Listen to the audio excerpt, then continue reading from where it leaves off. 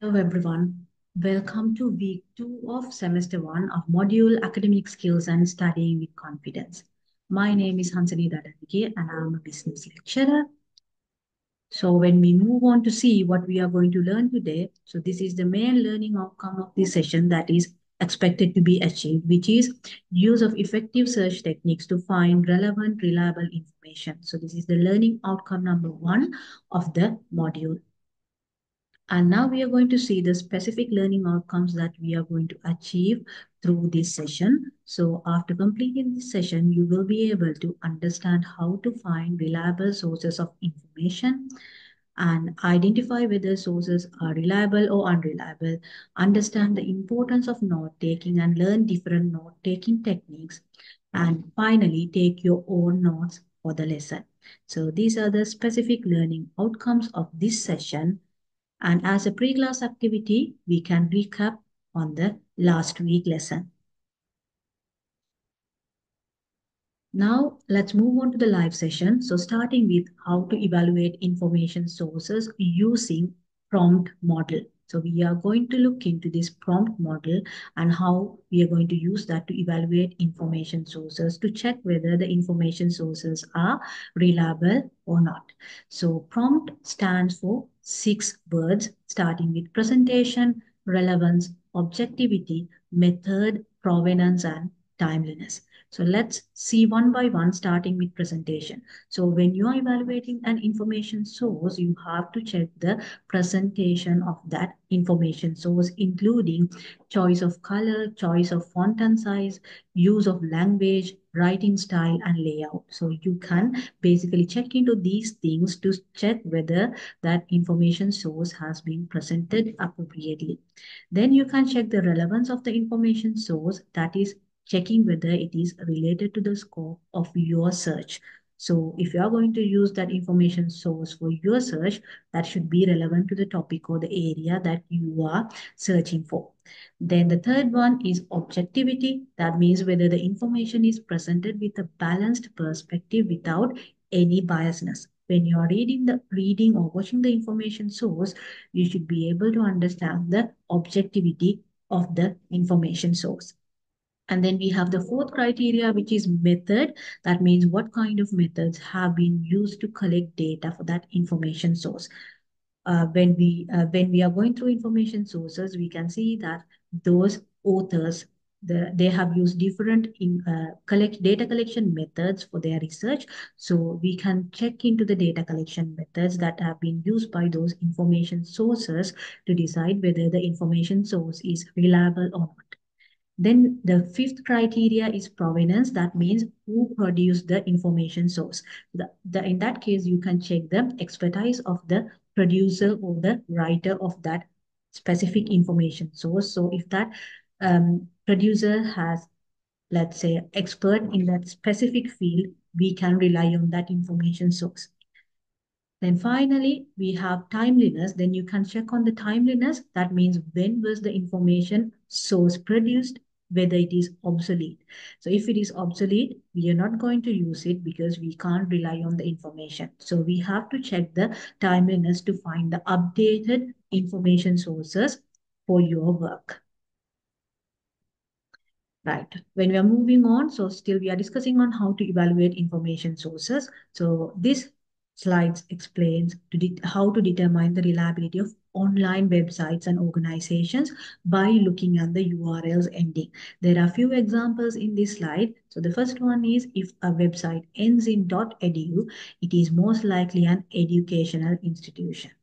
So if a website ends with .gov, that means it is a reliable government website. And if a website ends with .org, it is usually a non-profit organization. So these sources vary in being good or poor sources of information, and you will still need to research their possible agendas and biases if they exist. So that is your responsibility to critically evaluate these websites to decide whether they are reliable or not. So continuing the same topic, now we are moving on to a different information source, which is online journals and magazines. So reliable journals and magazines should contain a bibliography for every article.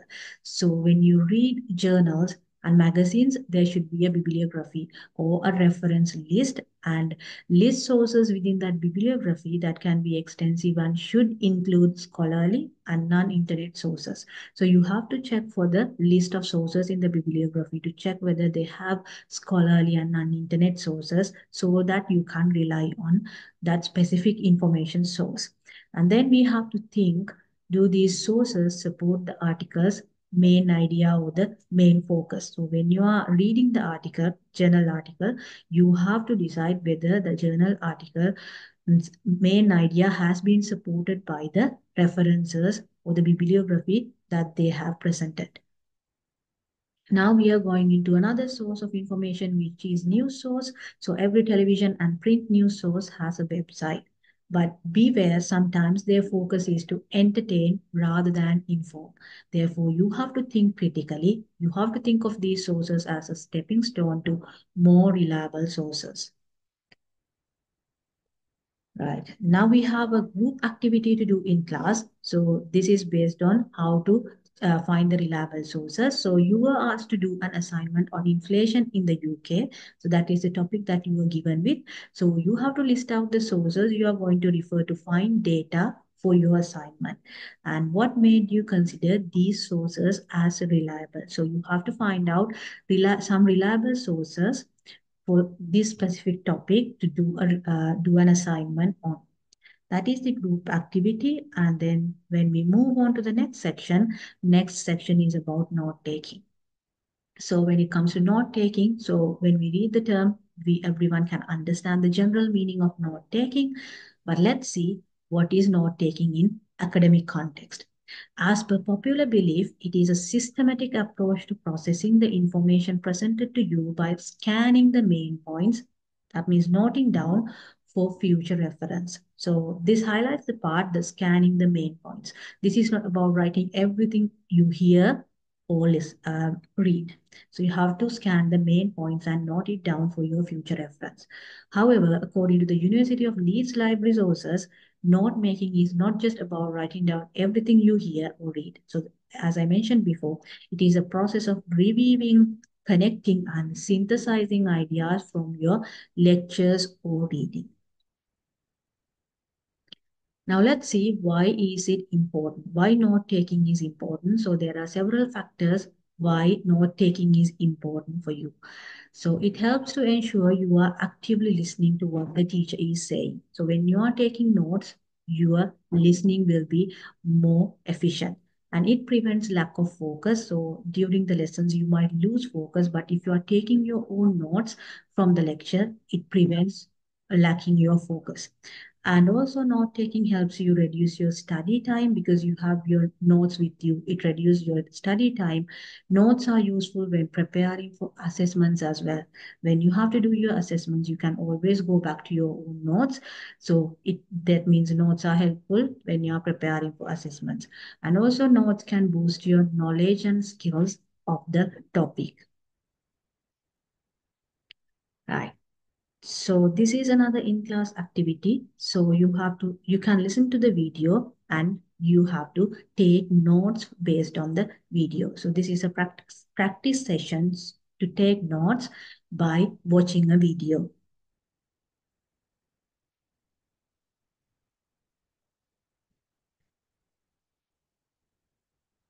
So the activity 2 is you can discuss with your colleagues how can you improve your note-taking skill and what methods can you follow to take notes effectively. So after the discussion, we are going to move on to note-taking strategies. Now we are going to look into strategies that are available for note-taking.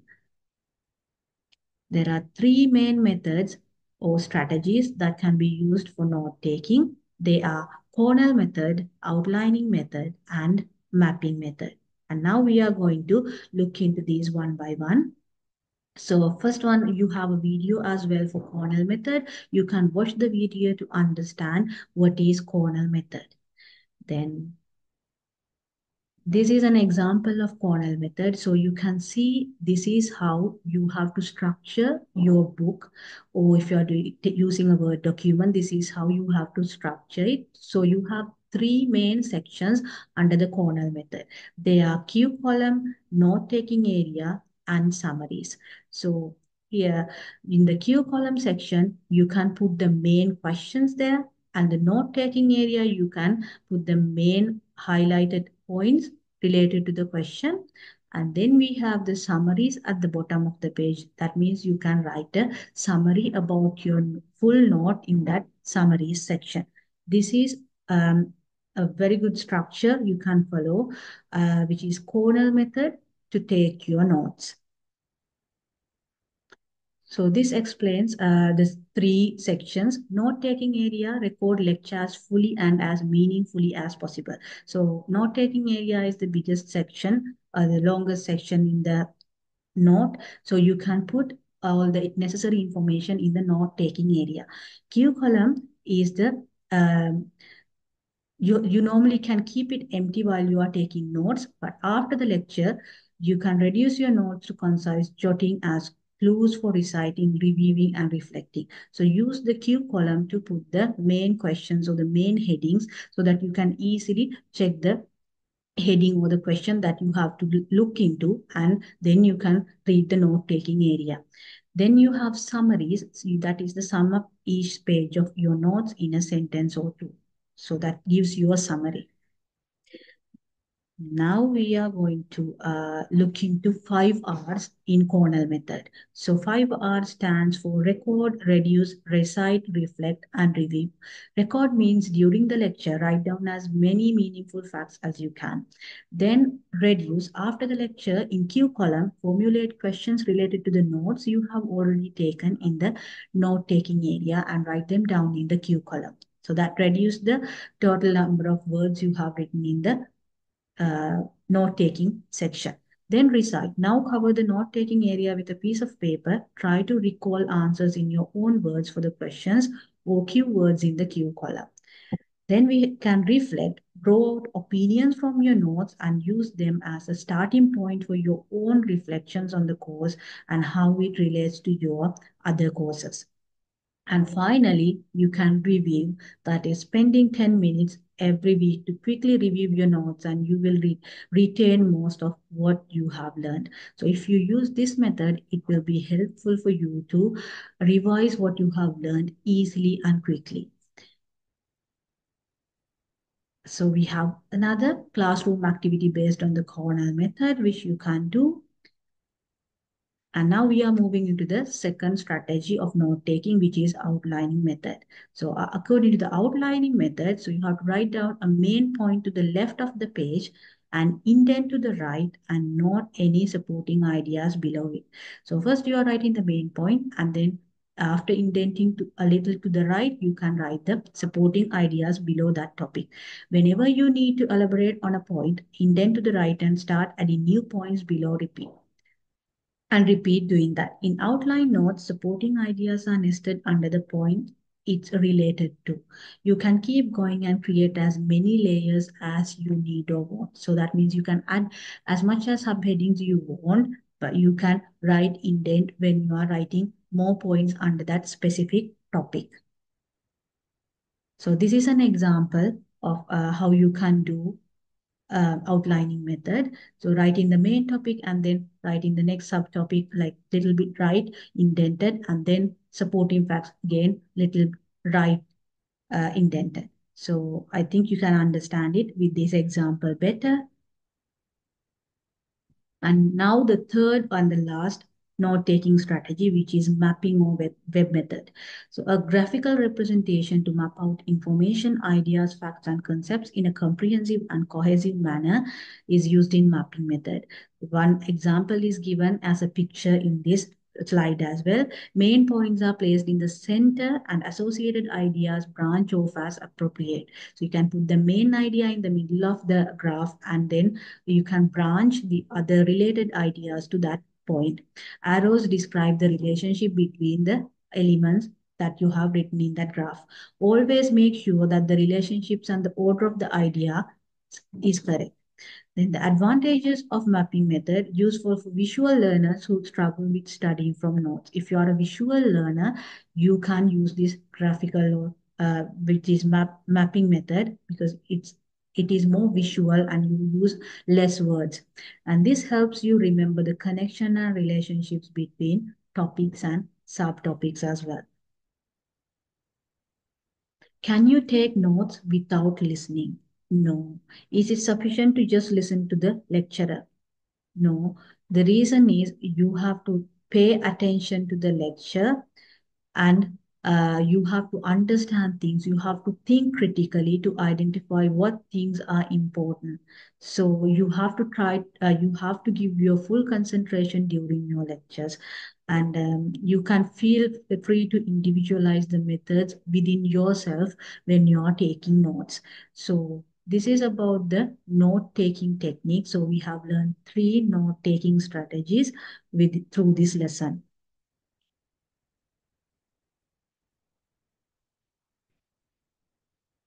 So now you have another class activity which you have to listen to the video. That means basically watch this video and take your notes.